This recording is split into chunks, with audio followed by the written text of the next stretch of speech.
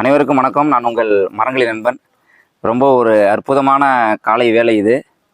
அழகாக அங்கே பாருங்கள், எவ்வளோ வாசமாக அவ்வளோ நறுமணமாக இருக்குது. சின்ன சின்ன பூச்சிகள், வண்டுகள், புழுக்கள்லாம் இருக்குது. பனை என்பது நம்முடைய வாழ்வாதாரம், நம்முடைய வரலாறு, தமிழர் வாழ்வியலில் பனை அவ்வளோ விஷயங்களை ஏற்படுத்தியிருக்கு. இந்த இடம் முழுக்க இந்த இடத்த நீங்கள் பார்த்தீங்கன்னா தெரியும், எவ்வளோ சாக்குகளை நிரப்பி வச்சுருக்கோம் பாருங்கள். இந்த பனை திருவிழாவுக்காக இந்த விதையை கலெக்ட் பண்ணியிருக்கோம். நம்மகிட்ட ஒரு மிகப்பெரிய வரலாறும் ஒரு வாழ்வியலும் இருந்திருக்கிறது. அது பல்லுயிர் சூழலை காப்பதற்காகவும் எல்லா உயிர்களை நேசிப்பதற்காகவும் இந்த ஒரு அற்புத பயணத்தை நம்ம முன்னெடுத்திருக்கோம். இந்த காணொலியை பார்க்குற ஒவ்வொருத்தரையும் கேட்டுக்கிறது ஒன்று தான். எல்லா உயிர்களையும் வாழ வைப்பதற்காக இந்த பனையை மீட்டெடுக்க அரசும் இப்போது நிறைய திட்டங்களை முன்னெடுத்து கொண்டு வராங்க.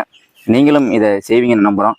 உங்கள் வீடு அருகில், உங்கள் ஊர் அருகில் இருக்கிற பனை மரங்களில் இருக்கிற விதைகளை எடுத்து நீங்கள் இதே போல் உங்கள் நீர்நிலைகள்லையும் சாலை உரங்கள்லையும் நீங்கள் விதைச்சிங்கன்னா அது ஏதோ ஒரு பறவைக்கோ விலங்குகளுக்கோ வனவிலங்குகளுக்கோ ஒரு வாழ்வியலை மீட்டெடுத்து தரும்.